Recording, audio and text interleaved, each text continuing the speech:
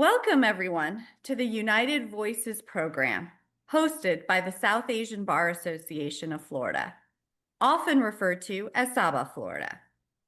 I am Payal Mathur, and I have been part of SABA Florida for over a decade and a half, and am currently on the board serving as Vice President of Recruitment. We're here today to celebrate leadership, civic engagement, and the power of unity in our community. I'm excited to be your moderator as we dive into a meaningful conversation about how shared purpose can spark real change. Hi, everyone. I'm Sarah Gulati, and I'm the Vice President of the Orlando chapter. I've been part of SABA Florida now for approximately about 12 years. Prior to my VP in Orlando, I was a director for the past 10 years. And this is why we like to emphasize why this conversation is so important to our community. SABA is deeply committed to civic leadership that extends to every city and county. Our mission goes beyond responding to challenges. We strive to proactively build and strengthen partnerships with leaders, elected officials, to advance justice and equity right here in Central Florida and beyond. Our association, together with SABA North America, our national chapter, issued a statement to Governor Ron DeSantis in response to a recent incident that occurred. We welcome Amar Patel, a voice of thoughtful, constructive courage, which empowers us to move beyond words and demonstrate true leadership within our community. Thank you, Amar, for joining us today for this inspiring discussion. Thank you. We're excited about the conversation. It's now my pleasure to introduce our guest, Amar Patel, President and CEO of the Brevard Achievement Center, or BAC. Let me share a little bit about Amar's background before we begin. Amar has led BAC since June of 2012, and under his leadership, the organization serves more than 4,000 individuals with disabilities each year through innovative programs. BAC's budget has grown to over $40 million, making it the largest employer of individuals with disabilities in Brevard County and one of the top 25 Ability One producing agencies nationwide, providing vital services to our federal government. Before joining BAC, Amar was a program manager at Harris Corporation, overseeing the F-22 and F-35 avionics programs, the largest of their kind at the Melbourne-based firm. He holds degrees in electrical and computer engineering, industrial and systems engineering, and an MBA, all from the University of Florida. Amar also serves on several boards and committees, including the National Council of Source America Employers, Career Source Brevard, Respect of Florida, and the Central Florida Warriors. Amar is recipient of Lead Brevard's 4 Under 40 award. And outside of work, he's an avid ice hockey player, youth coach, and enjoys hiking, backpacking, and camping. Of all of Amar's achievements, however, he is most proud of his family, his wife, Megan, and their 2 children, Layla and Luca. Amar, welcome. After hearing about that incredible journey, could you tell us in your own words what's truly important to you and what drives you every day? Thank you. First of all, thanks so much for the welcome and the introduction. I genuinely appreciate SABA Florida inviting me and having this opportunity. You guys have been amazing to work with to try to organize this. My journey, it's been an amazing ride to be able to get to this point, and you've seen my career trajectory, and to me it's the fact that I'm able to give back in some way and having service as a part of my career that really drove me every day. And so later on in the conversation, I'm sure we'll talk a little bit more about how I got to service and that sort of thing. But I will tell you that somebody once told me that there's nothing wrong with doing well while also doing good.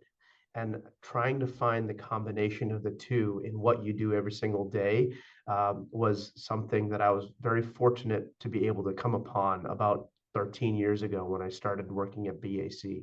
And so the intersection of passion, community impact, and skill sets and all of that are hard to come by, but that's what I'm fortunate to be able to find myself in as I lead BAC and help in any other ways in my community. Well, thank you for sharing your personal perspective, Amar.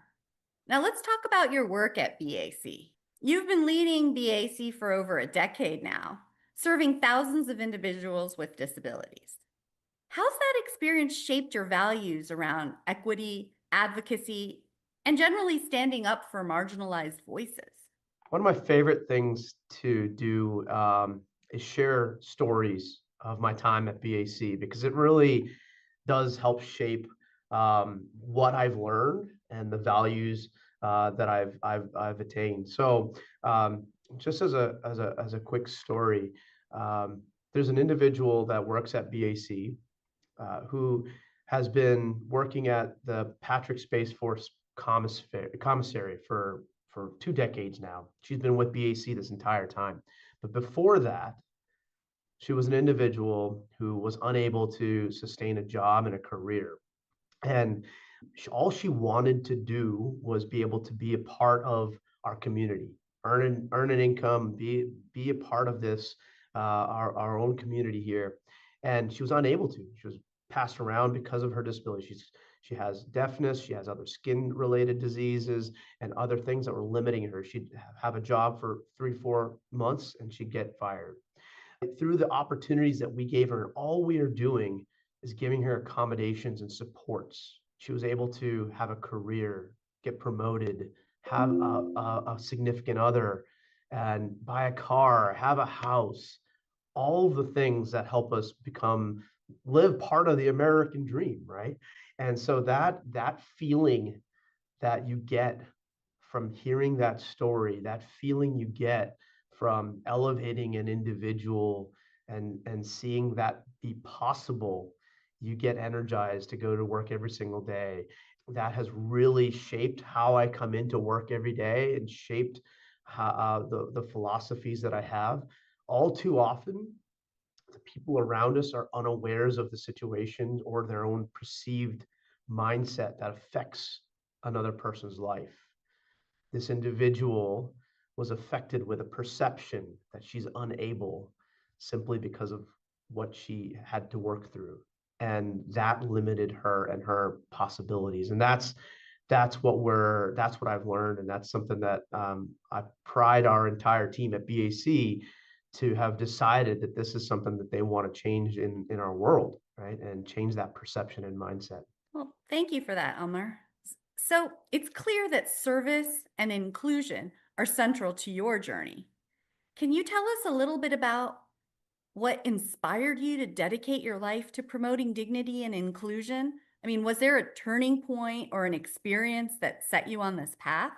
Yeah, so like many of us, we have friends and family that we know of that have needed help and have, in my specific case, have had a disability of some form. And you've probably personally experienced some of the difficulties that individual has experienced through their life. In my case, two specific instances come to mind. One is my mother has a very significant disability. If you can imagine, she's only 4'9", and I'm a 6 foot tall guy here, right? So she's got some limitations that are physical in nature that limited her ability to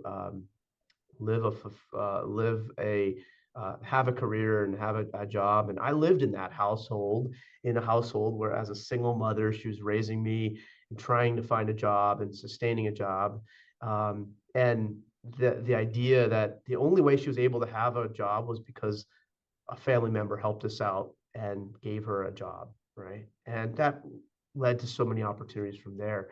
So that really taught me the importance of giving a chance and giving the accommodations. It helped me live a little bit in the shoes of the people we serve at BAC. And I realized quickly that that's something that I wanted to change so that other people can understand the value that my mother can bring. The other story is the value of giving and service. So my grandfather in Ahmedabad, India, right? He has a factory that from his business that he has in India, and he's done really well for himself over the years. Two instances. One, because he's done so well, he made it a point to open up cardiovascular clinics across the city because he felt it was important for heart health in the Indian population. Also, when I got married, the gift that he gave me was in the form of giving all of his workers grains as a gift, and that really spoke volumes to me about the importance of it's not about what he can give me as a gift. It's not about some new watch or something pay for part of our honeymoon or anything like that.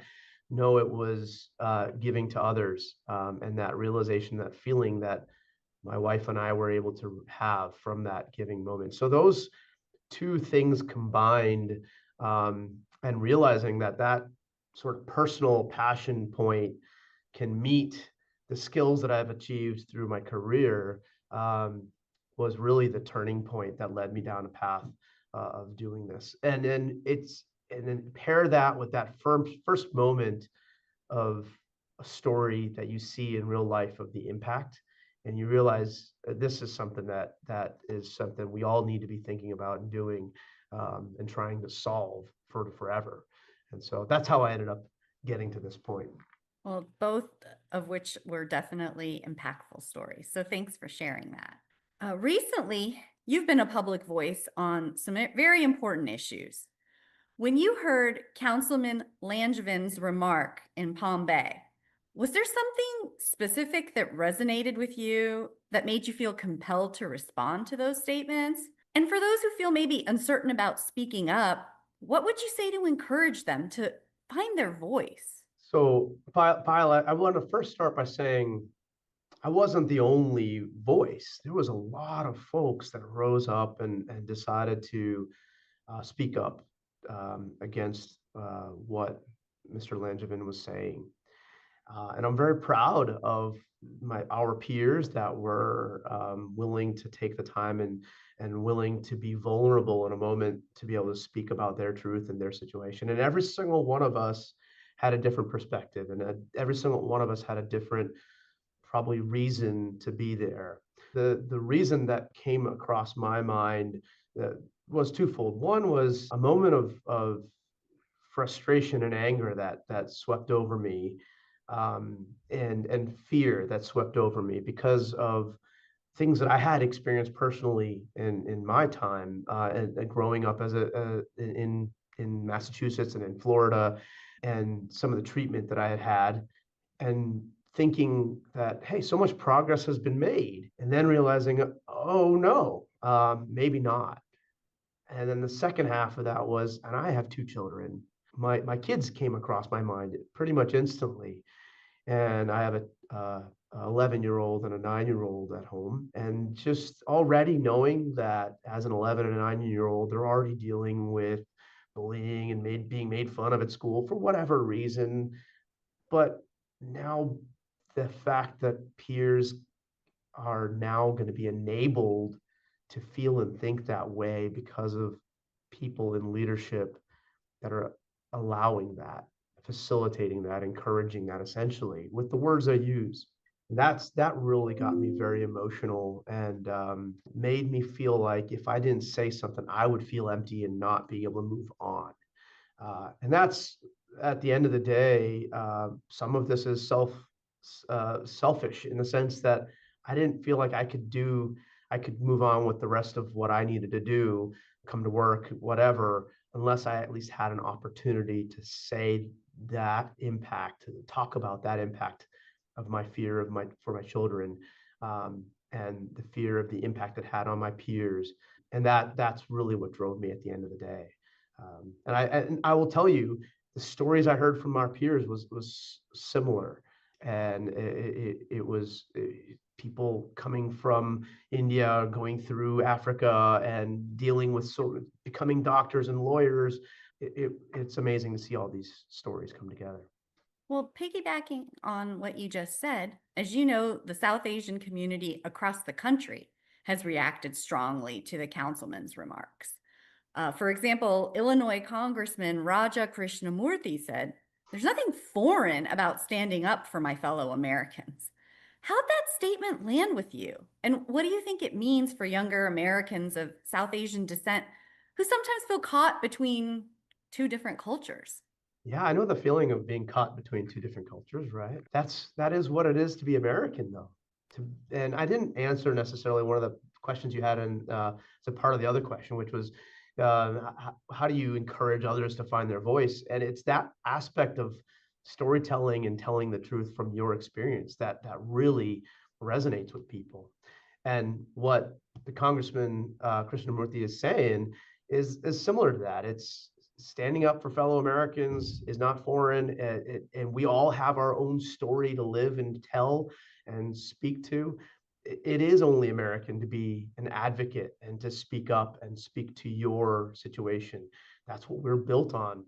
At the end of the day, our country is one that is made up of immigrants, and that is something that we should be proud of. And that story is what builds the character of who and what America is. And so I think his words are wise in the sense that it is simply encouraging us to speak up for our fellow Americans, encouraging us to not feel like because we're foreigners that we need to not to hold our own truth to ourselves, but rather it is a part of being an American to be speaking up and telling the totality of our experience as Indian Americans in this community. Thank you for that. So you've spoken up. After you've done so, have you received any unexpected reactions from within the South Asian community, either supportive or critical? And how did those responses affect you? Yeah, that's a really good question and one that causes a lot of thought. First, I'm not going to focus only on the South Asian community. It's been very amazing and uplifting to be at the soccer fields with my son, and random people that I don't even remember their name pointing out, "Oh, you were on, in the news last night, and really great words and really inspiring, doing good work. Thank you so much. Continue that."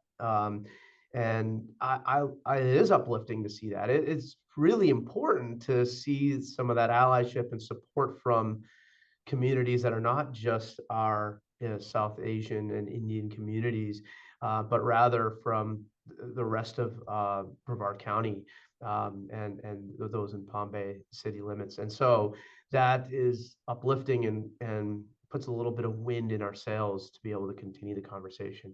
Likewise, in the Indian community, especially during those few days of advocacy when we were speaking with the Palm Bay City Council, there was a lot of momentum of especially some of our more seasoned senior individuals in the Indian community that were coming forward and encouraging some of us more younger individuals to come forward and speak up.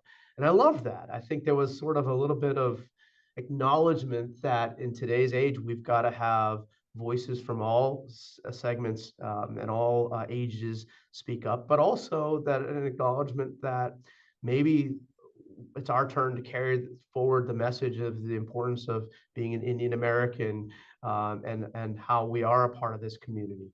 I love that. There was a lot of momentum there.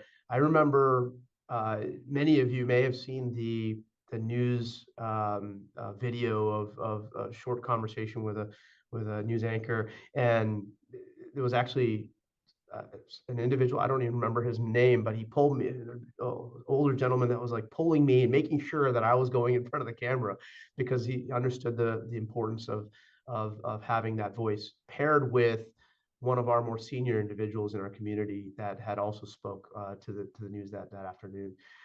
Some criticism that I've experienced, I've had some of our community say, "Hey, we got to stand down. We need to not speak up. We need to let this play out. It's small town politics. Why play into some of this?" And while I respect that, strategically, there have been moments where we need to stand down. And I like that there was a moment of reflection. Is this the right thing to do right now, given where it stands, versus standing down altogether? And so I appreciated that. And my words of wisdom from that was, hey, there's a moment to speak up and advocate, and there may be times where it doesn't make sense. Maybe now is not the time, now that we've offloaded this to we've written our letters and we've gotten momentum behind us from all parties, and we've moved on from it. Oh, great insights. Great insight there. So at this point in time, have you seen signs that the community's voice is actually being heard, whether in local government responses or through public awareness? And if so, what's been most encouraging to you? Yeah, I think it is being heard. It's encouraging to see that like the congressman in Illinois is speaking about this, seeing people beyond our Brevard County and even Palm Bay area is bringing this up and understanding it. I would wish that it would allow for greater influence in how some of our national elected officials would speak about this topic of race, maybe help change the rhetoric around it, and how they're communicating some of the concerns they may have around immigration, and those kinds of really important topics that our government is challenged with right now. But it is something that I am encouraged to see. Some of the nuanced things I've seen, for example, are we've seen some of our Palm Bay City Councilmen come to Indian events recently, right? They're trying to reach across and understand. And unfortunately, that effort to do so was balanced by or combated by Mr. Langevin continuing to make fun of that and actually use that as political leverage to say, hey, see, these people are in with the Indian community. And I hate that happened. But I love that people are trying to better understand that we are Indian American. Yes, we might go and celebrate Diwali, but it doesn't mean that we're not celebrating American Thanksgiving and participating in our communities to the best of our abilities. So those things that we've seen of engagement and understanding and reaching across, we've seen people on both sides of the aisle politically that show their support of the Indian community, despite the language that was used by Mr. Langevin, and at relatively high levels too, with letters being written to our governor in the state of Florida about how this is incorrect actions. And so while there continues to be some level of rhetoric and some really strong language, or even some I'll say bullying actions of making fun of Indian culture or Indian engagement, generally speaking, there's been some really good reaching across and trying to understand and better connect with the Indian population. That's inspiring to hear. So for leaders or citizens who agree with the message, but feel hesitant to take action, what's one practical piece of advice you would offer them to speak up effectively? Yeah, I shared a little bit about this earlier, which is find that story that inspires you and find a way to tell it. But for not for everyone though, right? And not everyone wants to speak and get in front of a camera, wants to even take the time or take the has it in them to be able to speak in front of a city assembly. And I respect that. We all have to understand that. But there's a lot of people that are in the background supporting. I'll share with you that my wife has been so impactful in me taking the time to go and be in that room and speak up in front of a camera or speak up in front of city council or advocate on behalf of, and not just my wife, but others in the community. Just those little words from the folks at the soccer field or wherever I might run into them, encouraging the behavior that they see as a voting citizen that they like, helps really put wind in your sails. And so maybe speaking is not for everyone. So support others that are willing and able to do so. And if you are able, please think about the impact of a story. When this first happened, there was a special council meeting that was called by the Palm Bay City Council. Unfortunately, it had to be canceled because there was not a quorum. And the mayor turned that into a town hall, sort of a listen to the citizens moment. And in that opportunity, that was only the 2 days prior to the actual council meeting that ended up having the publicity that went on.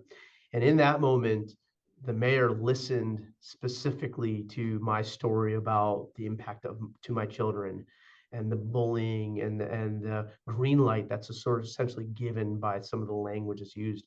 That he pulled me aside later and told me that that's what resonated. That is what had the biggest impact.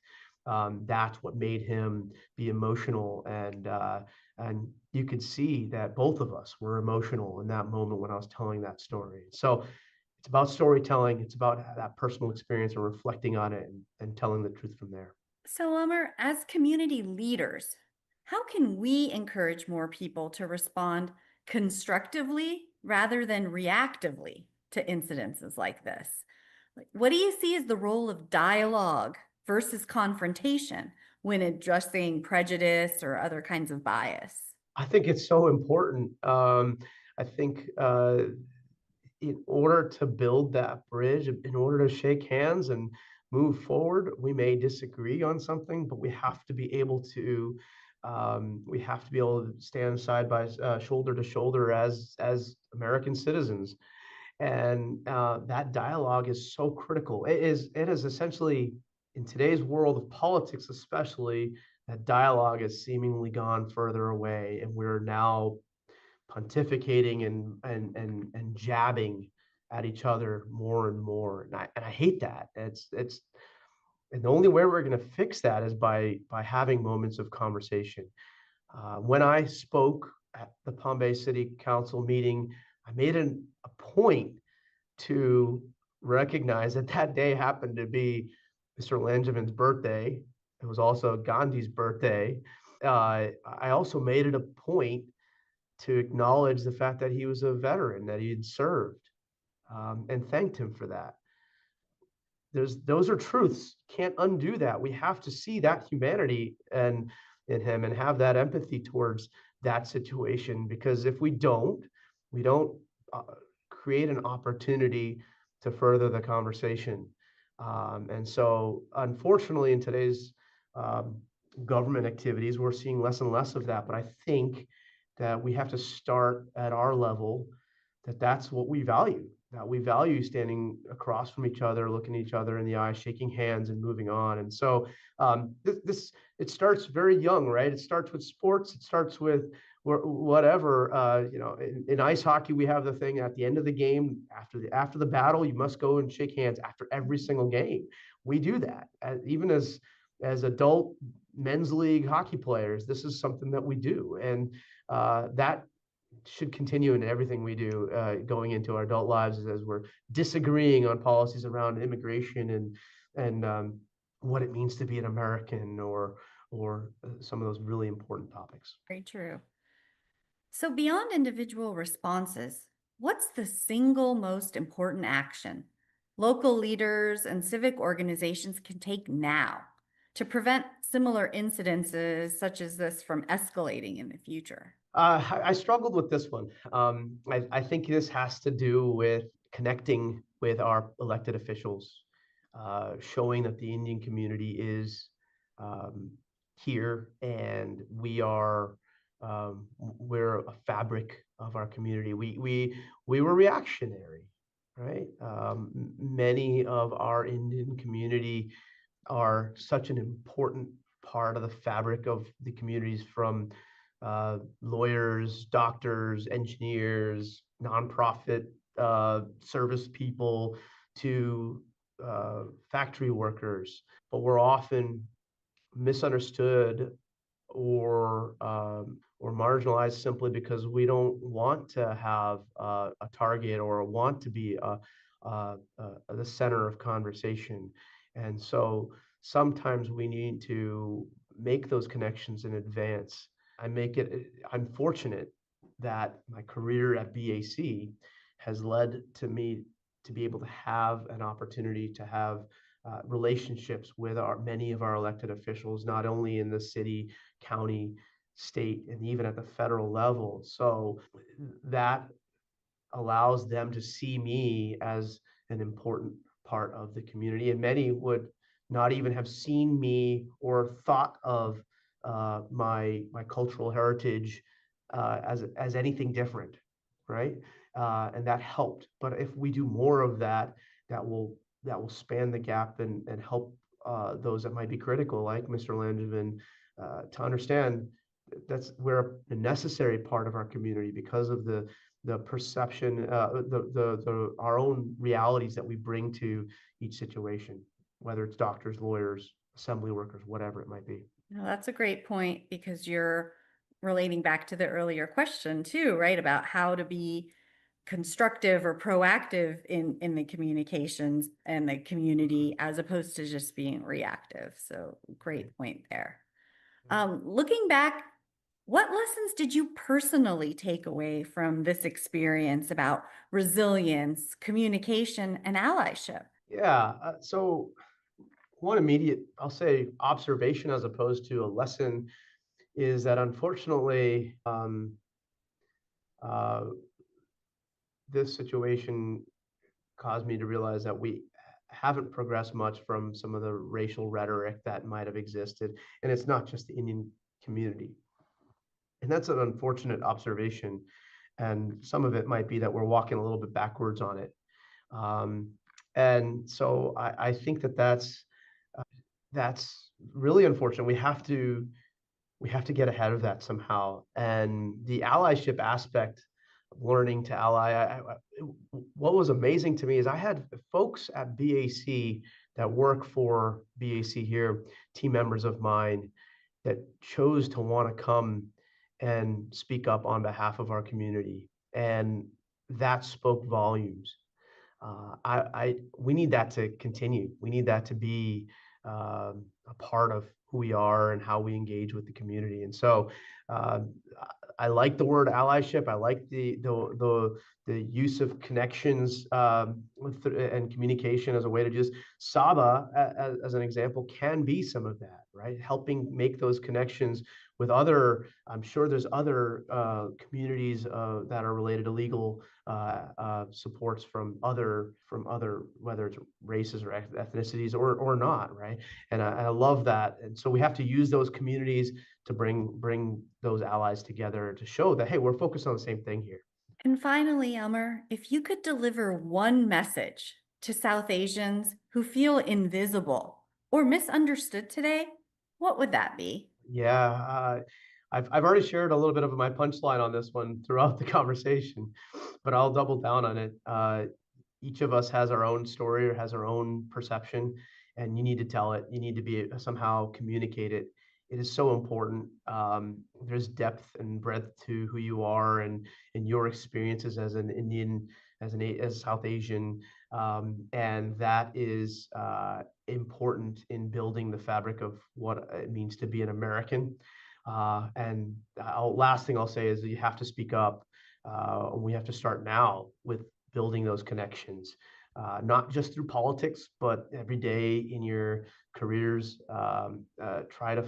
Try to be involved in your community advocacy efforts, your community, city council, all of those things. In my time at BAC, we've learned, aside from the topic of race or ethnicity, the disability topic, we've learned that you have to tell the story repeatedly on and on and on again, because you never know when an issue is going to pop up. You don't want to wait for proposed legislation or proposed changes in how a county or city or state or federal government is going to act for or towards a population that's too late. it is way too late. And so you have to tell the story now. You have to tell your circumstance and perspective now, and build those relationships in advance of, so that you have influence. Speak up and act now. Well, thank you, Amar, for sharing your candid insights and experiences with us. Your leadership reminds us really that every voice matters at the national, state, and local levels. So to everyone that's joined, let's just keep speaking up with pride and purpose and supporting each other in building a more inclusive and just society. Thank you so much, Payal, and thank you, Krish, and everybody else involved with SABA.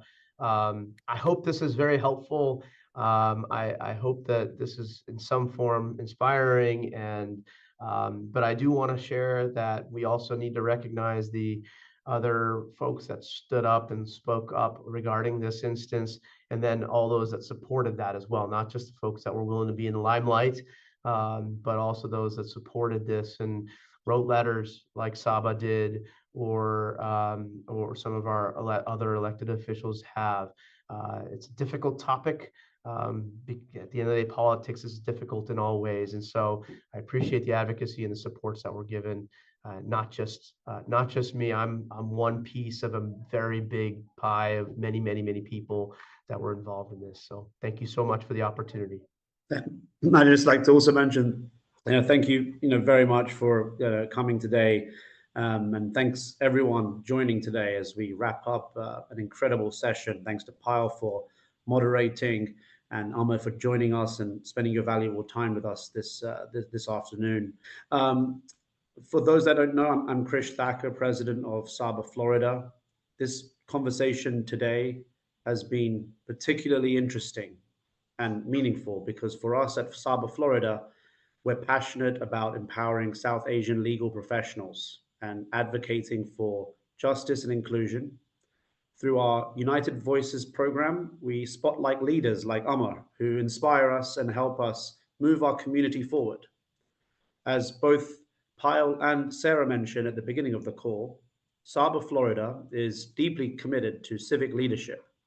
Our mission goes beyond responding to challenges, and we strive to proactively build and strengthen partnerships with leaders and elected officials to advance justice and equity in our communities. We invite those that have not yet to join SABA Florida as we celebrate the strength, resilience, and brilliance of our community. Together, we can continue shaping a future rooted in collaboration, advocacy, and impact. We also encourage you to support our organization's advocacy efforts and to stay involved in upcoming advocacy section initiatives hosted by both SABA Florida and SABA North America, our national chapter. If you have any further questions or comments for SABA Florida or for Mr. Amar Patel, please email us at communications@sabaflorida.org or contact us through our website, or follow and contact us via social media.